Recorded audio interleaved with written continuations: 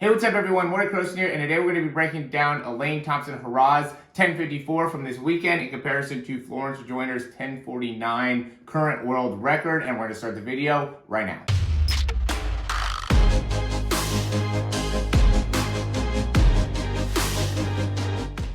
All right, so the big reason that I wanted to do this is, one, I do want to give more props to Elaine Thompson-Herah. I do think 10.54 is, especially with the wind being 0.9, right, in comparison to the Florence Joyner, where, she did run a wind-aided 10.54, right, and then it's a lot of suspicion about the 10.49 just because, at the same time this race was being actually done on the other side of the stadium, the wind was, way past where, I want to say it was like, +5 or something like that.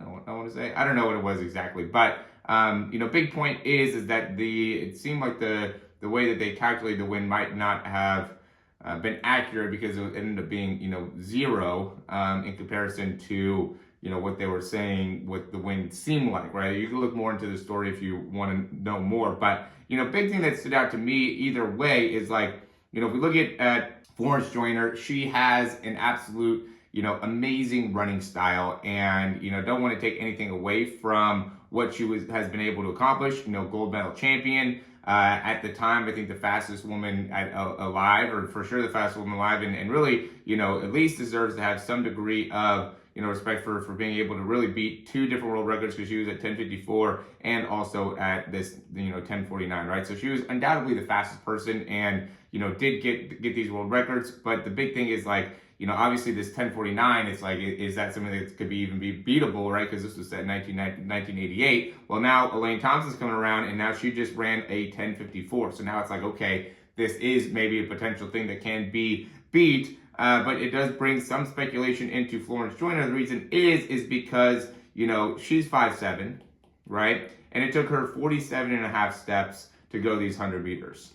Okay, and I do like to look into the steps because that really makes a big difference when it comes to understanding how the wind makes an impact. Right? I looked at the Justin Gatlin video, and when he ran 9:45, right, they did a thing in like Japan or Tokyo or something where he had like fans the whole time he was running, and when he was running, the big difference that ended up happening in comparison to when he typically runs is it took about a step and a half off of his typical 100 meter, right? I wanted to say he was like at a 45.5 typically, and then he went down to like a 44 when I looked at the actual numbers there. And so it definitely made a difference in his ability to get down the track faster by having the wind. And when he passed the fans, it did make it so his foot contact time was a little bit, quicker, right? He was able to shave a couple hundredths of a second off his foot contact time, because what happens when you have this wind is, the key thing with foot contact is you have to be able to sustain a very upward position. I talk about this all the time, right? You want to be able to land with your legs basically straight underneath you, and you can see how great of a job Florence Joyner does when keeping her legs straight and being able to land right underneath her and then be able to immediately hop right back off the ground. And, in particular, she's doing amazing here, right, because of the thought that she has some wind that is able to assist in this, right? That's what the wind does. It makes it so you can maintain the same distance per step, right? Your transition time, okay? The time spent off the ground can be at a very high production while not having to spend as much time on each one of your steps, right? So contact time goes down, but you could still maintain the same distance, if not even get more distance per step, because of the assistance of the wind. I'm going to quickly interrupt this video just to say, if you like the information, go ahead and click that thumbs up, subscribe to the channel, and we'll hop right back in the video, right? And so when we look at the comparison between Elaine Thompson, and the big thing with Elaine Thompson, she is able to reach really well, too. She's not as flexible, doesn't have as great of a range, but she is 5'6", right? And she took 49.5 steps, right? And, just to kind of give a comparison here, Shelly Ann Fraser-Price is 5 feet, and she took 50.5 steps, right? So she took 1 step more and is 6 inches shorter, okay? Which means that, the height doesn't make a huge difference, right? So we can maybe give Florence Joyner an extra half step for height, right? And the longer stride, right? But she took 2 steps less, which that's a huge impact, right? 2 steps is going to be something like, depends on how quick the turnover is and everything like that, but it's going to be at least 0.7 seconds, right? Is going to be the difference between, 2 full steps there. Okay, and I'm not saying that she should have ran in the 11s, obviously, Florence Joyner, but I'm just saying that makes it so there's a huge difference when each step obviously is taking up time, right? It takes time to be able to go through that full leg cycle, and so the fact that Elaine Thompson is taking 49.5 steps in order to cover the same distance. And again, you can attribute some of the height and some of the distance to the difference with, Florence Joyner's technique, but I don't think it justifies the full 2-step difference. Okay, again, maybe we can give it a step.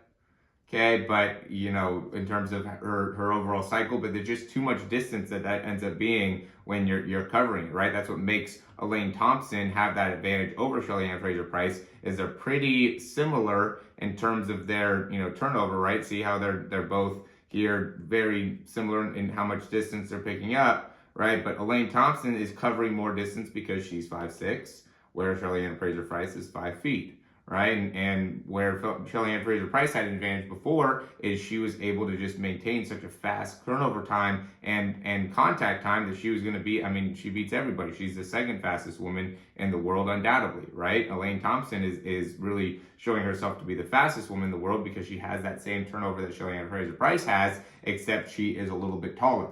Right, and again, we have FloJo, who's a 1 inch taller. Right? And, we can't get to see them side by side, but the difference between, we could even look at the numbers here real quick. Let's see, with the right foot hitting the ground, it's going to be, let's try to time this up the best that we can. Similar parts of the race, okay? We got the same time here where they're hitting the ground, the difference, right? So see, she is faster with getting that leg through. Right? We have Florence Joyner is a little bit faster in getting that leg through for sure, okay? But it's not a huge difference, right? If we're looking at them side by side, they're about the same, okay? On each one of these steps, okay? She's not really getting that much of a change, right? So how did she end up picking up so much ground per step when she's only 1 inch taller when we look at their turnover and they're basically the same?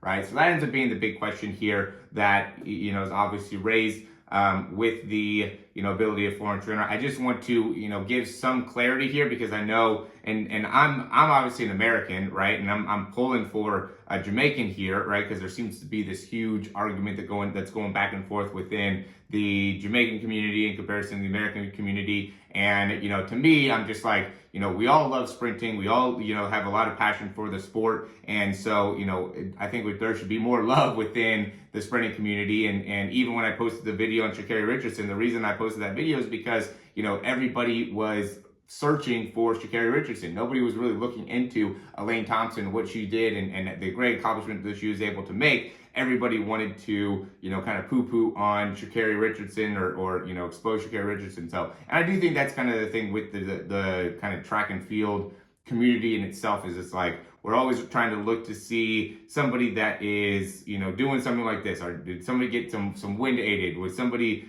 doping? Was somebody, doing something to be able to create a different edge? And if not, then how can we compare it country versus country? It's just a very, very, and I get it because it's such an individual sport, and so everybody is very, very competitive. So it makes a lot of sense, but I do think that overall, I'm all about coming together and being able to make the best product as a group, and having people that are always just conflicting and trying to argue and do things that to me are just not very productive when it comes to how we could actually help the sprinting community as a whole, right? We all want to see world records being broken. We all want to see our athletes get better. We all want to be able to see an improvement from a sprinting perspective, whether it is the training aspect, the mechanic aspect, the recovery aspect, right? There's so much more that could be utilized in the community of sprinting to be able to forward the sport rather than always trying to butt heads and,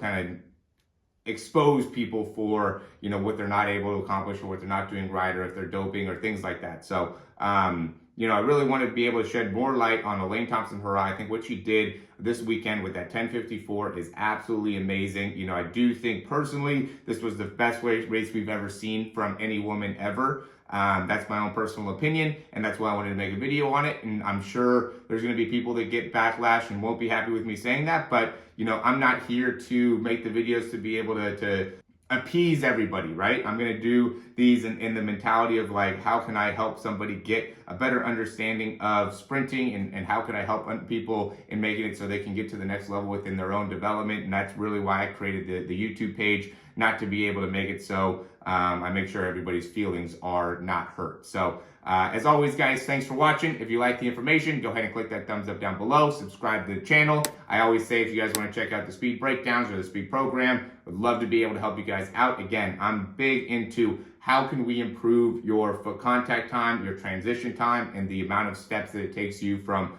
point A to point B, right? And the best that we can optimize that is going to lead to an improvement in your speed, right? That's just the overall numbers. There's just no way that doesn't make sense to anybody, right? If you're going to run 40 yards and we can make it so you can run 40 yards in less steps and have a faster foot contact time and more efficient transition time, then you're going to run a faster time, period. And I really like to try to break it down in that standpoint rather than looking at it from the full 100-meter race, right? And trying to be able to focus on going from 10.8 to 10.6 or whatever, 11.5 to 11 flat. Instead, I like to focus on each individual step and how we can optimize that the best we can, so then we can really make a big improvement. And I think that will, at the end of the day, lead to a better time, right? Lead to faster times. And so if you believe in that, then going through the speed breakdown or the speed program is going to be the way to be able to help you out, because we're really going to focus on the numbers and how we can improve within the numbers and do it objectively. I love to be able to see the objective side of things. I don't want it to, again, I'm not about the feelings, right? So, sometimes I even am working and it's like, man, get very frustrated because it's hard to improve my foot contact time. It's not an easy thing to be able to do, but I know over a long period of time, it's going to get better. And as it gets better, it's going to improve my speed. So it's the consistency at, improving within the areas that need to be improved. That is where I put my focus. And really, that's how we're going to be able to get to the next level overall from a sprinting perspective. So check out the description down below if you're interested. Again, thanks for watching. If you're still watching right now, haven't clicked that thumbs up, go ahead and do that right now. That really helps us out a ton. And thanks for watching. We'll talk to you soon.